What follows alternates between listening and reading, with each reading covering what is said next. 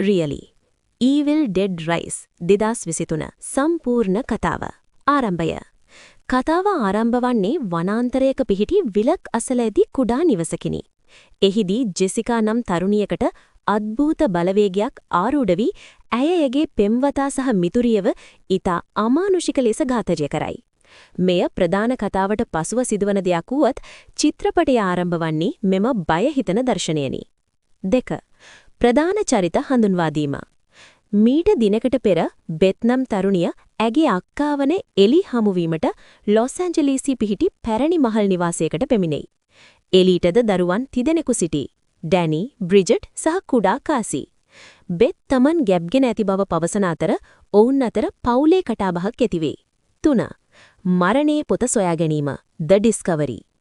එදින රාත්‍රියේ ඇතිවන ප්‍රබල භූමිකම්පාවක් නිසා ගොඩනැගිල්ලේ පහළ ඇති රහස් කුටියක් මතුවේ. එලිගීපු ඩැනි එතනින් අද්භූත පොතක් නැටුරොම් ඩෙමොන්ටෝ Book of the Dead සහ පැරණි හඬපට කිහිපයක් සොයාගනී. ඔහු කාමරයට පැමිණ මේ හඬපට වාදනය කරන විට එහි අඩංගු මන්ත්‍ර නිසා අතිශය භයානක යක්ෂයෙකු අවදි වේ. 4. යක්ෂයාගේ පැමිණීම සහ භීෂණය. මෙම අද්භූත බලවේගය මුලින්ම එලීට ආවේශ වේ. Possessed. ඒ සමගම මුළු මහල් නිවාසයම මරණයේ දොරටුවක් බවට පත්වේ. විදුලි සෝවාපිනිය තුලදී එලි ඊතා දරුණු ලෙස විකෘති වී සිය පවුලේ අයව මරා දැමීමට උත්සාහ කරයි. ඇය පසුව අනෙකුත් අසල්වැසියන්වත් මරා දමනවා. එලිගේ දරුවෙකු වන බ්‍රිජට්ටද යක්ෂයා ආවේශ වේ. 5. අවසාන සටන The Final Showdown.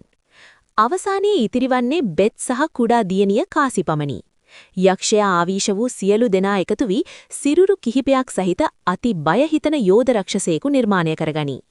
බෙත් සහ කාසි මහල් නිවාසයේ පහළ ඇති රථගාලට පාකින් ගරාජ්ට පලා යනවා.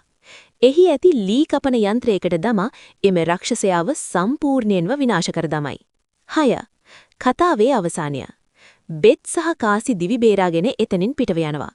කතාවේ අවසානයේ පෙන්වන්නේ අසල්වැසි තරුණියෙකු වන ජෙසිකා ආරම්භයේ පෙන්වූ තරුණිය මේ බියකරු සිදුවීමෙන් පසු එම ස්ථානයට පැමිණෙන ආකාරයයි. ඇයටද යක්ෂයා ආවේශ වනවා. ඇය විල අසල නිවසට යනවා. ඒ අනුව මුළු චිත්‍රපටයම රවුමක් සම්පූර්ණ